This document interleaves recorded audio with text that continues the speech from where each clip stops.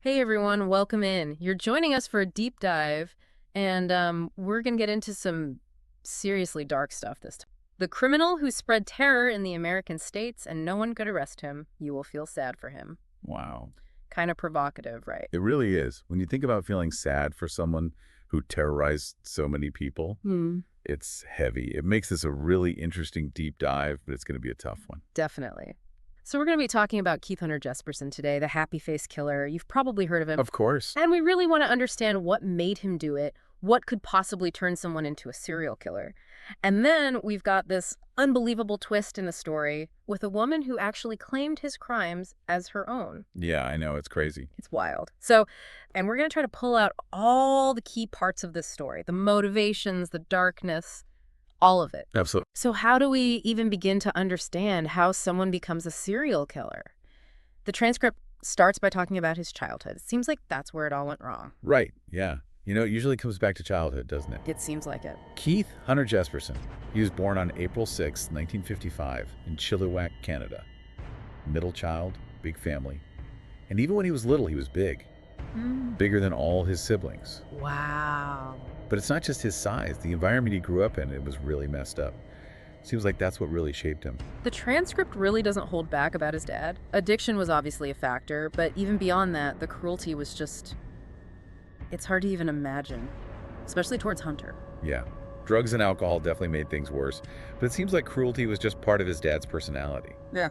This guy was physically abusive and constantly putting Hunter down. He even called him a dirty bear. God, dirty bear. That's just... Awful. And can you imagine hearing that from your dad every day? The impact that has on a kid. just devastating. And it wasn't just verbal abuse either, right? Yeah. The transcript goes into some pretty horrific detail about the physical abuse. Absolutely. Beatings, and he would actually force Hunter, even as a little kid, to fight back. It's like he was trying to beat the sensitivity out of him, make him tough. Like he had this warped idea of what it meant to be a man. Exactly. He thought aggression, physical dominance, that's what made a man. Any sign of softness, of vulnerability, that was punished. It's no wonder Hunter grew up so messed up. It's heartbreaking. And then there's the cruelty to animals. That's where things take a really dark turn. The transcript talks about some conflicting accounts of whether his dad was involved or not. Yeah, it's not totally clear, but it seems like Hunter started hurting animals on his own, and his dad, well, he didn't exactly discourage it. Yeah, it's like it all got twisted in his head, like he was taking out his own pain and anger on something weaker. It's a classic sign, actually. This kind of cruelty to animals at a young age, it can be a huge red flag. Oh, it shows a lack of empathy, a potential for violence towards people. Mm. And the fact that he started so young, around 6 years old, 6. killing birds, frogs, cats, even mice and rats, Oh, God. often by strangulation. Yeah. And then he'd keep their bodies in his closet until they decomposed. That's just chilling. To be doing that at 6 years old. It really is. And it connects to what he did later, as an adult. Yeah, strangulation. And then it gets even darker. When he was 10, he started thinking about what it would feel like to kill a person. That's a terrifying thought to have at that age. Mm-hmm. So much rage and darkness. It's almost unbelievable, but then things escalate, right? He actually tries to kill someone. Twice. Right, this friend of his, Martin. When Hunter was about 11, 11 years old? Martin blamed Hunter for something he didn't do, which got Hunter in trouble.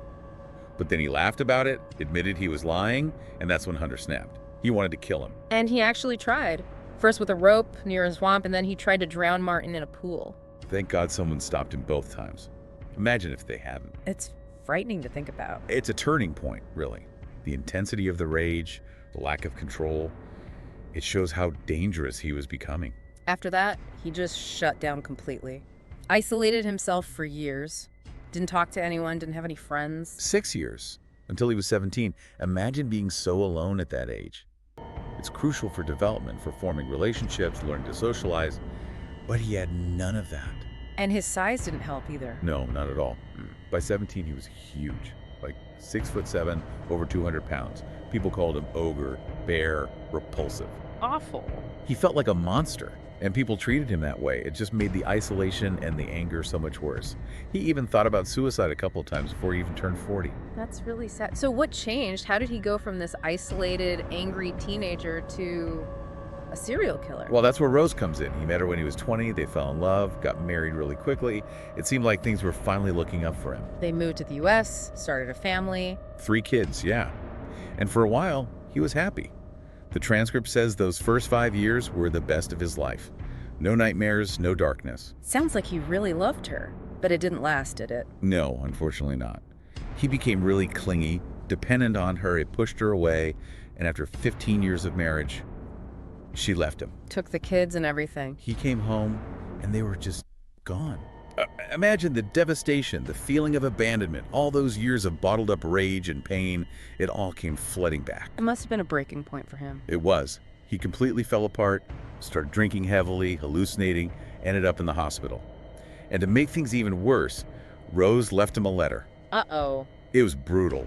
Accused him of cheating, called him a disgusting, repulsive ogre. That must have hit him hard, especially after all the bullying he went through as a kid. It was like a punch in the gut.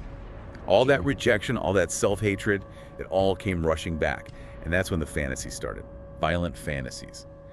At first, he thought about poisoning the water supply to kill all women. That's how much he hated them, blamed them. Wow. But then, he decided it was too complicated, not practical enough.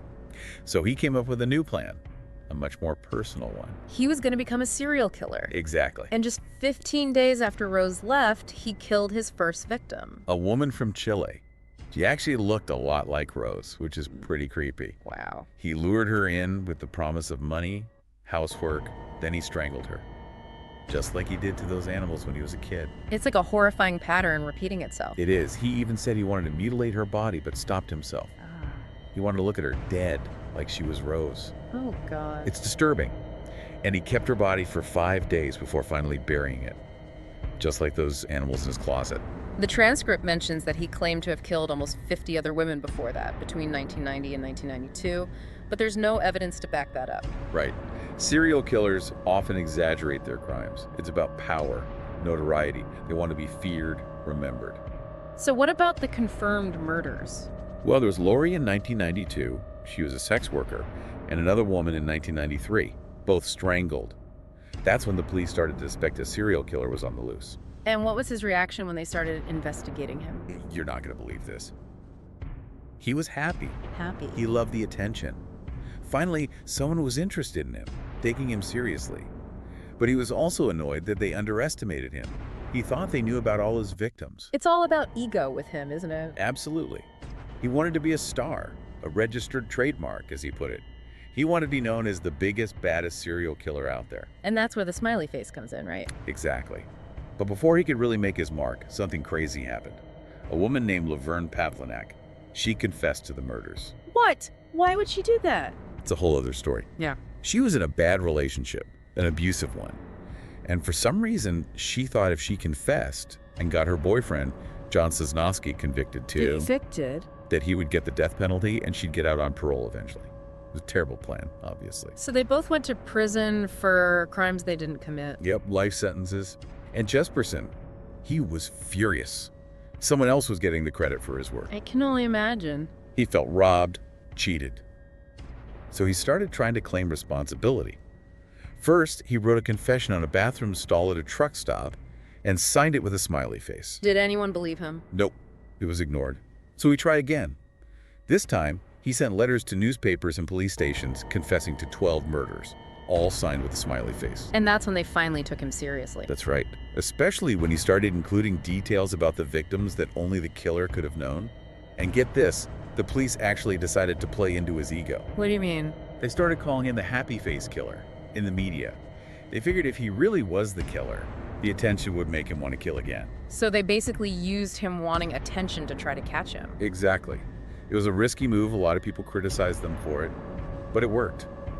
Jesperson killed 3 more women, and this time he drew smiley faces in their blood. Oh, God. He was obsessed with the attention. Meanwhile, Pavlinac and Sosnowski were still in prison, sticking to their stories. It was a mess. A total mess. But then in 1995, Jesperson was finally arrested for the murder of a woman named Julie. It seemed like it was finally over. But then, they had to let him go. Why? Not enough evidence. It's crazy how long it took to finally catch him. I know, right? It's like he was slipping through the cracks every time. But then the police had this idea. They brought Jesperson, Pavlinak, and Sosnovsky all together in the same room. Just to see how they reacted to each other. It was a long shot, but it worked. They didn't even acknowledge each other. So they knew they had the right guy. Yep. But even after all that, even after being arrested and released, Jesperson still wanted to keep killing. He even said he was planning to kill Rose when he turned 60. Wow, that's chilling. He was addicted to the violence, the attention. Yeah. But then something changed. What happened? He was at a bar, and some guy came up to him, asked if he'd ever play basketball.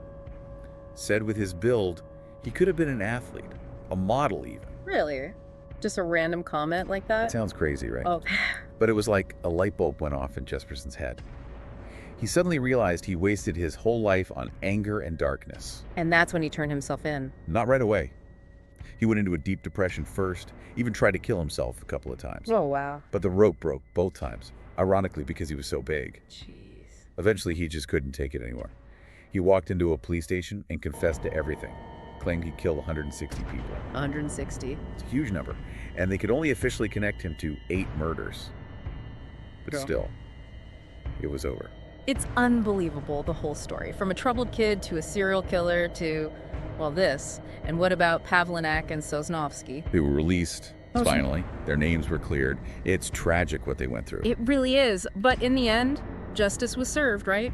Jesperson is in prison for life, and hopefully those 8 families can find some peace. Hopefully. But even now, the story doesn't really end. His daughter, Melissa, she wrote a book about it all.